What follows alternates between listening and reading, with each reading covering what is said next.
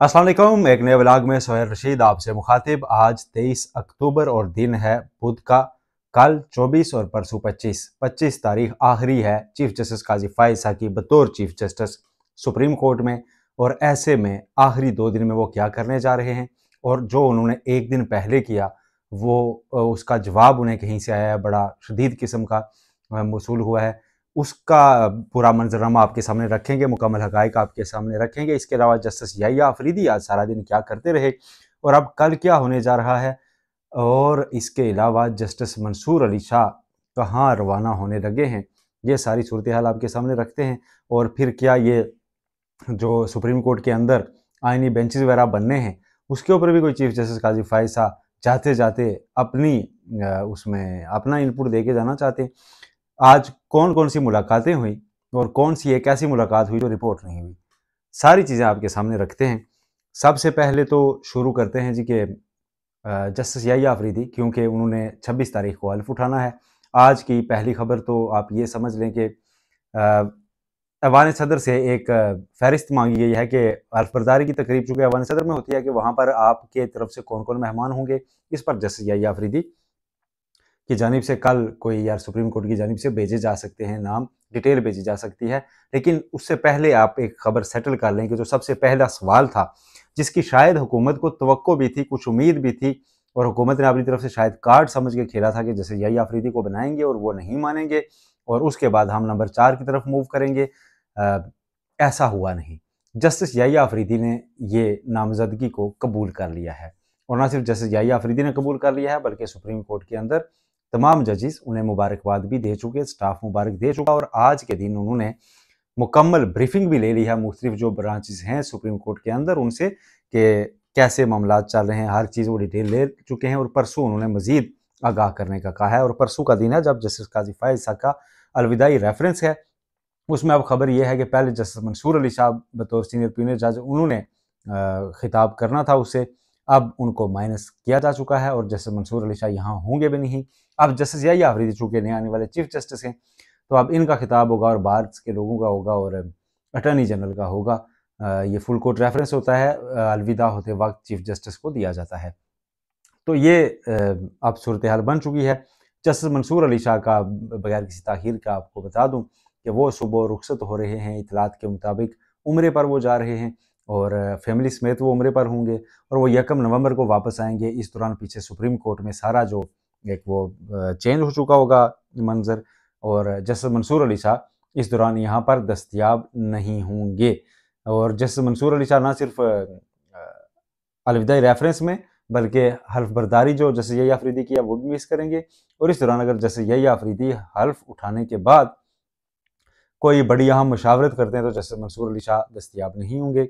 अगर इस दौरान आइनी बेंचेस की तश्कील के लिए जुडिशल कमीशन का इजलास बुलाया जाता है तो भी जस्टिस मंसूर अली शाह दस्तयाब नहीं होंगे। और वैसे ये सवाल अभी इससे बड़ा उठ चुका है कि अब चूँकि एक ऐसी तैनाती की जा चुकी है जो जस्टिस याहिया अफरीदी तीसरे नंबर पर थे, सुपर सीड हुए हैं जस्टिस मंसूर अली शाह और जस्टिस मुनीब अख्तर, तो क्या वो दोनों काम जारी रखेंगे या नहीं, इस पर भी इतलात ये हैं ज़राए के मुताबिक कि इस्तीफ़ों का ऑप्शन डिस्कस ज़रूर हुआ लेकिन उस पर पेशरफ्त अभी नहीं हो सकी।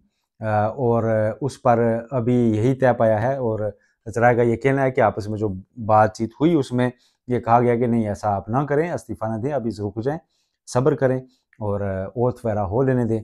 तो तब तक के लिए ये शायद इस पर कोई पेशरफ्त ना हो, लेकिन ज़ाहिर है जस्टिस मंसूर अली शाह बज़ाहिर तो खुश नज़र आ रहे थे आज, लेकिन एक अंदर से मायूसी तो उन्हें बहरहाल होगी, और क्यों ना हो। जस्टिस मंसूर अली शाह का चीफ जस्टिस पाकिस्तान ना बन पाना जस्टिस मंसूर अली शाह का नुकसान नहीं है, इस निज़ाम अदल का नुकसान है, इस पाकिस्तानी सिस्टम का नुकसान है। और जो लोग सिर्फ 1-2 माह के दौरान बनाए गए एक नैरेटिव के घोड़े पर सवार हैं कि शायद जस्टिस मंसूर अली शाह किसी पार्टी से उनकी हमदर्दी थी, वो बिल्कुल गलत हैं। जस्टिस मंसूर अली शाह पाकिस्तान में जारी जो इतना बड़ा ड्रामा और हंगामा है, अदालतों के ज़रिए सियासतदानों को नाअहल करार देना हो या अदलिया की सियासत में मुदाखलत हो, उसके खिलाफ सबसे बड़ी और मौसर आवाज़ जस्टिस मंसूर अली शाह थे। वो जमहूरी रवैयों को परवान चढ़ाने के आमी थे, वो अदलिया के अंदर बेहतरी के आमी थे और पाकिस्तानी अदलिया को डिजिटलाइज करने जा रहे थे। उसका उन्होंने पूरा वो एक कोशिशें शुरू कर चुकी थी, आजमाइशी बुनियादों पर काम हो रहा था। उन्होंने सालसी का एक नया फोरम बनाया ताकि हर वो बंदा जो अदालत नहीं जा सकता, वकील की फीस नहीं दे सकता, सालसी के फोरम्स बनाने का उन्होंने ड्राफ्ट तैयार किया। वो इनकलाबी सतह की इस्लाहात ला रहे थे। और चीफ जस्टिस काजी फायज ईसा, जस्टिस काजी फायज ईसा अगर चीफ जस्टिस काजी फायज ईसा बने तो इसके पीछे भी जस्टिस मंसूर अली शाह कारफरमा थे, क्योंकि उन्होंने इनके खिलाफ होने वाली तमाम साजिशें उस वक्त नाकाम बनाई थी फ्रंट फुट पर आकर। और जो हुकूमत इस वक्त और जो पाकिस्तान पीपल्स पार्टी जिन्होंने उनको इस वक्त नामजद नहीं किया, माइनस ख्वाजा आसिफ जिनको कोई खदशा था, तो वो भी कोई दलील जस्टिस मंसूर अली शाह के खिलाफ नहीं रख सकते कि इन्होंने कभी ज़िंदगी में नाइंसाफ़ी की। जस्टिस मंसूर अली शाह ये सारी चीज़ें मद्देनज़र रखते थे और उसके खिलाफ मौसर आवाज़ थे। इमरान खान को उन्होंने नैब तरामीम केस में रिलीफ नहीं दिया था और बहुत सख्त अल्फाज इस्तेमाल किए थे कि आपने पार्लियामेंट से इस्तीफ़े क्यों दिए हुए हैं, आपने वो फोरम खाली क्यों छोड़ा हुआ है, आप वहाँ से फ़रार हुए हैं और हमारे पास आए हैं। उन दिनों ये PTI के सख्त ज़ेर ताब रहे। इन्होंने नैब तरामीम के खिलाफ उनकी दरख्वास्त खारिज की और justice Mansoor Ali Shah open court में रिमार्क्स ऐसे देते रहे। लेकिन 8 फरवरी को जो हुआ और जो उसके बाद सिलसिला बना, जिस तरह PTI को महरूम रखा गया मखसूस नशिस्तों से, और जो एक गलत फहमी फैलाई जा रही है कि 8 जजेस का फैसला, चीफ जस्टिस काजी फायज और जस्टिस जमाल मंदोखेल ने भी ये लिखा कि ये गलत किया गया और PTI को पार्टी होना चाहिए। तो उस पर एक थोप कर बात तो उनको रवाना करना, मेरा ख्याल है निज़ाम अदल का नुकसान हुआ है। खैर वापस आते हैं खबरों की जानिब। तो अब जस्टिस मंसूर अली शाह तो रवाना हो रहे हैं, वो दस्तयाब नहीं होंगे। इस दौरान हल्फ भी हो जाएगा और नए आइनी बेंच की तश्कील भी हो जाएगी। अब आइनी बेंच की सरबराही इतलात ये चल रही है कि मुमकिन तौर पर जस्टिस यहिया अफरीदी को ही मिल सकती है, क्योंकि मामलात इस तरह के हैं। जो 2 जजेस थे ना इख्तलाफी, जिनमें जस्टिस अमीनुद्दीन खान हैं, उनके खिलाफ आज शाम को एक शिकायत सी दायर हुई है। 2 दरखास्तें सामने आई हैं सुप्रीम जुडिशल काउंसिल में, और मखसूस नशिस्तों के तफसीली फैसले का जो उन्होंने इख्तलाफी नोट लिखा था, जिसमें उन्होंने कहा था कि इस फैसले पर अमल दरामद की ज़रूरत नहीं है, उसके जवाब में जो अक्सरियती जजेस ने 8 जजेस ने फैसला लिखा और उसमें उन्होंने कहा कि 2 मुअज़्ज़ज़ जजेस ने जिस तरह का फैसला लिखा है अपना इख्तलाफी, उससे तो लगता है कि वो सुप्रीम कोर्ट के जज होने के काबिल नहीं है। इन्हीं ऑब्जर्वेशंस को और उनके इस फैसले को, इख्तलाफी फैसले को बुनियाद बनाकर ये शिकायत दायर की गई है कि ये मिसकंडक्ट है, इनके खिलाफ कार्रवाई की जाए। अब ये इसका तो ज़ाहिर एक प्रोसीजर है, सुप्रीम जुडिशल काउंसिल के आप सरबराह जस्टिस यहिया अफरीदी हो जाएंगे और सीनियरिटी अगर वही मेंटेन रहती है तो जस्टिस मुनीब अख्तर, जस्टिस मंसूर अली शाह उनके राइट लेफ्ट बैठेंगे और फिर उसके बाद आगे जो जुडिशल काउंसिल की बाकी तश्कील है, हाई कोर्ट्स के जजेस और सारे आते हैं। तो ये तो बाद की कार्रवाई है, लेकिन आज वो शिकायत उनके खिलाफ बहरहाल आ गई और इसकी टाइमिंग बहुत अहम है कि अब एक चेंज होने जा रहा है और ऐसे में उन 2 जजेस का सारा मामला अब ये आ जाएगा सुप्रीम जुडिशल काउंसिल के सामने। और एक तलवार की तरह एक रेफरेंस तो होता ही है हर जज के खिलाफ जो दायर हो जाए, लेकिन वो अभी साबित उसमें कुछ भी ऐसी चीज़ नहीं है। उसको ज़्यादा प्रोपगेट भी मेरे ख्याल में नहीं करना चाहिए, क्योंकि बहरहाल वो दोनों मुअज़्ज़ज़ जजेस हैं सुप्रीम कोर्ट ऑफ पाकिस्तान के। अच्छा, ये सिनेरियो अलग बन चुका है।